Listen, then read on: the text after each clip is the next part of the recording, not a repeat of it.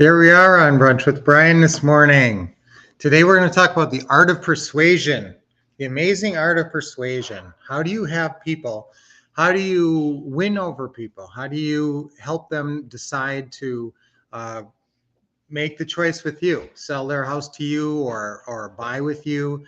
Whatever we work with sellers and buyers, so you got to close on both sides. So how do you persuade folks if they want, how do you get them to sign that contract? Okay. What is the art of persuasion all about? And I'm going to break it down right now into 3 simple steps. But today on Teaching Tuesdays, we're going to go more in depth on the art of persuasion and having people, do what you want them to do. And that's not just your customers, it's your family members and other folks that you'd like to persuade of certain goals and ideas. So let's look at the art of persuasion. Now, what's the basic 3 steps of it? Okay, the basic 3 steps. Write these down. Make friends. Okay, I'm going to make it really sort of simple, like 4th grader. Make friends, push the benefits, ask for the sale. Okay, that's sort of the construct, the basic steps of you persuading someone to go with you. Okay, so number 1, make friends. So build rapport. That's really, I talk about building rapport all the time. You want to ask questions, ask leading questions. That's really good. Write that one down. That really leads to building rapport. Ask leading questions. What are they looking for? What are your goals? Where do you want to move to? All that stuff. Get into their personal situation. So that's important. And so making friends. If you don't build some trust, people aren't going to buy, especially when you're trying to buy their house. They're not going to sell to you unless they trust you, especially if you're going for a creative financing deal where there's some seller financing involved. Then they really have to trust you because they have to know that you're going to send in a payment every month. So that's really important to build rapport, make friends, I say, but build rapport in the beginning. Okay, so connect with your customer on some level. Okay, then what's the next step? I say push the benefits. Sometimes I say present the benefits. I don't want you to seem pushy, but I do want you to be aggressive. I guess I could say aggressive. I almost hesitated on that word because I don't know if I want you in there too aggressive, but it kind of depends on the customer. Some customers are going to pull back if you come on a little too strong. So you have to, that's part of that making friends, feeling them out, feeling about, what are they going to respond to? And if I come on too strong, are they going to respond to that? Or are they going to pull away? So first of all, if you have that basis of rapport built, you're going to be in a lot better shape to get the sale. Okay. And if you don't have any rapport, you could still maybe get the sale, but it's a lot less likely. People are not going to sell their house to you or something major without some level of trust. Now, if you were selling them a widget for $3.99, they don't have to have a lot of trust in you. They're not risking very much. Okay, but if they're selling their house to you and they're agreeing to some creative financing deal, that's a big decision. So they're going to have to feel like they can really trust you. So that's why it takes some time to build that rapport, but don't skip over that process. A lot of times, you just want to get into the meat of the call, but spending time on building rapport is really crucial. Okay, so that's the first step, make friends or build rapport. Number 2 is what? Push or present the benefits. So why should they do this with you? What's the reason that they should, close with you? And this is where your persuasion skills kick in. So this is where you have to build a reality for them. And we call this future pacing.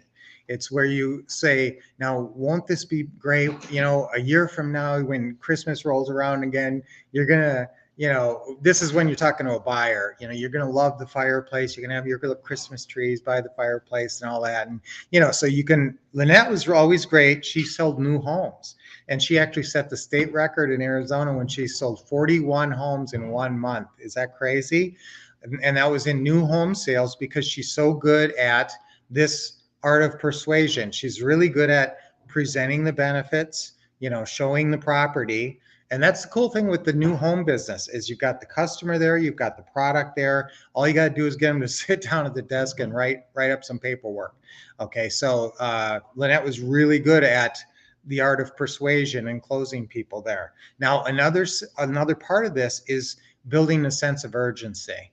Okay, and that's one of the trickier parts. How do you build a sense of urgency if they don't have a sense of urgency? And if they do have a sense of urgency already, how do you play off of that? Okay, so write down sense of urgency is important in that second step where you're presenting the benefits. Okay, so presenting the benefits, why they should do this, how is this going to turn out good for them? How does this meet their needs? And now in the rapport phase, you've identified what their needs are. They've got to move quickly because their husband already moved out to Texas and they're waiting to move till they get the house sold. So you understand, okay, there's a sense of urgency, you know where you're moving to, and you kind of understand their situation. So it's important to understand their situation when you're building rapport. That plays into obviously presenting the benefits because you're going to tailor the benefits. You're going to do something we call tie downs. Whenever you're presenting the benefits, do a tie down with the benefits. What does that mean? It means that you're relating, a tie down means you're relating a feature of your product to their needs, to their specific needs and situation. Relating some benefit of your product to their specific needs or situation. So that means that, you're going to, but you got to build rapport, else you're not going to know their specific needs or situation. So that's where you say, won't it be great to just have the house sold today? I could come over today and we could sign a couple of pieces of paper and you'd be done with it. Wouldn't that be awesome? And so if they have urgency, if they need to move fast, that's obviously an attractive feature. We can buy the house in under a week. We can, you can move on with your life. Okay, so, I might go over some seller benefits on Teaching Tuesdays today, but push the benefits, okay? And then number 3, what's 3? Ask for the sale. Try to close it, ask them to buy. And it's funny how sometimes people will go through this process, they'll build really good rapport, okay? And then they'll present the benefits, but they won't really make a hard close. They won't ask for the sale. They'll say, okay, so that's what we can do for you. So just, call me when you decide what you're going to do. That's leaving it to them. That's not close. That's not the final step. Okay, which is asking for the sale. That's where you say, okay, so I'm going to come over in a couple hours and we'll get this wrapped up. Doesn't that sound great? Now that's a pretty good ask for the sale. Okay, so normally the appointment setting in that phase of the closing call, when you're setting the appointment, that's when you're asking for the sale. And you're going to do an assumptive close here. That's really, really important. That's maybe one of the most important things I said this morning is always close with an assumptive close. Lynette is awesome at this, just assuming that they're saying yes, yes, yes all the way and that they're going to go with you, and don't even allow a thought that they aren't going with you to even enter the picture, if you can, until they say, well, I'm working with someone else too. And if they say something like that, then that's a different story. But up until they say something like that, you are assuming they are going to close with you. And that's the future pacing. That's where you're saying, isn't this going to be great? You're going to be able to move out like right away. And you're going to be able to move on and move into that new house you've been waiting to get into, and push those benefits, tie them down. Remember, tie down to their situation and then ask for that close. Okay. So, act like it's just the logical progression of the conversation is that the next step is we're going to close. Okay. So that's that assumptive close that I want you to do. So write those 3 steps down. The art of persuasion comes down to, on a very broad basis, those 3 steps: make friends, present the benefits or push the benefits, and ask for the sale. Now I'm going to get into it more in depth, especially on the rapport building phase, how that helps you when you're asking for the close. So I'm going to talk about that more, the art of persuasion today. This is a really good topic because we really need this in not just in the business, but in life. Don't we? We need to help, we need to persuade our family members to do what we want and other things. And so let's talk about this today and really dig in and get you to be a killer closer. Killer closer. Yes, I am a killer closer. Yay. Okay, so Jennifer, great to see ya. Good morning. How are you doing? Morning, Doris. Hey, I haven't seen you in a couple of days. That's wonderful. Hey, Caleb. Good to see you here, Mr. Loyal Rancher. The key to making sure your heart is right and that you are looking to help them. Wealth is a reward for solving problems. That's a really good point. So why do you make money? Because you bring value. Okay, how do you bring value? You buy their house. You let them move on, and you know creative strategies that enable them to do it in ways that they didn't think were possible. And that's how you can buy houses for full price and even pay more than full price for a house. Is if remember, there's 4 terms to this deal: purchase price, monthly payment, length of term, down payment. So the purchase price is only one component. We can pay over full price if we have a really good monthly payment, length of term, and down payment. If it's nothing down, we get it for 30 years and the payment gives us a $500 a month spread. How do you lose? So again, the purchase price isn't as important as you may have assumed or you may have been taught. So don't worry so much about that. You can pay them over full price. That's what's so good about what we do. Hey, Isabel, how you doing, dear? Hello this morning. And the tax benefits. Yes, guys, if people are going to take a huge hit, if they're selling an investment property and they're not doing a 1031 exchange, that's a good point to make, that they're not going to take a big tax hit if they sell with seller financing. So that's actually one of those points that you can make that they may not realize. What is that? Where does that fall into the 3 steps? That's pushing the benefits, but you got to know the benefit or else you're not going to be able to present the benefit. You know what? I might talk about seller benefits today because seller benefits are important. Mike V, hey, looking forward to Teaching Tuesday. That's awesome. So guys, I love it when you comment. I love it when you say hi and when you comment on what I'm talking about. That's great. And I always will go down and say hi to all you guys. So what's our affirmation for today?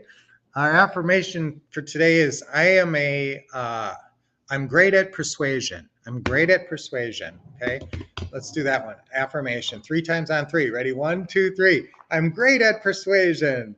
I'm great at persuasion. I'm great at persuasion. Oh, Willow wanted to get in on that one. Yes, you get excited, don't you? You get all excited. You get all excited to get into the show. What a cute dog. She's so sweet. What a little sweetie. All right, now we got to do our deep breathing. Let's not forget. Deep breath in. Hold it a little bit and let it go. Always a big smile. Deep breath in. And let it go. And one more. All right, good job. Nice job. Okay. Don't tease me about the Christmas tree. I know the Christmas tree is still up. I love Christmas. I don't like to see the Christmas spirit go, but I'm going to take it down this weekend. So that'll be that. And we'll have to wait for Christmas next year. All right. So guys, I will see you next Thursday. Remember, I'll see you on Teaching Tuesday today. Remember, that's at 7 p.m.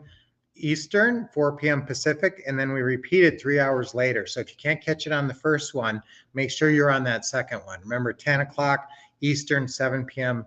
Pacific, that second play. So today we're talking about the art of persuasion, and we'll go through those 3 steps and a lot more. So it's going to be really a good session today. Love the pups. Yeah, we do too. So guys, we'll see you guys. Hey, Nick. Breathe, smile, and love on. Awesome. Yes, that's a good affirmation right there, eh? Yes. That's right. So guys, another great point by Isabel. So great points, everybody. I love it when you guys chime in, and I love seeing you guys. And yeah, put a Valentine's tree up. That's right. That tree made me smile. All right, guys. I know it's hard for me to let go of things sometimes. All right. So I will see you on Thursday. Let's have a productive couple of days. Make some calls. Remember, our goal for the whole week is 20 calls, and hopefully 10 of them at least to sellers, or maybe even a lot of them, maybe the predominant number of them to sellers if you don't have a deal cooking right now. All right. So I will talk to you guys on Teaching Tuesdays later, and then on Thursday, next Thursday for Brunch with Brian. Until I see you then, keep expecting success, getting awesome training from the wolf couple, and taking action.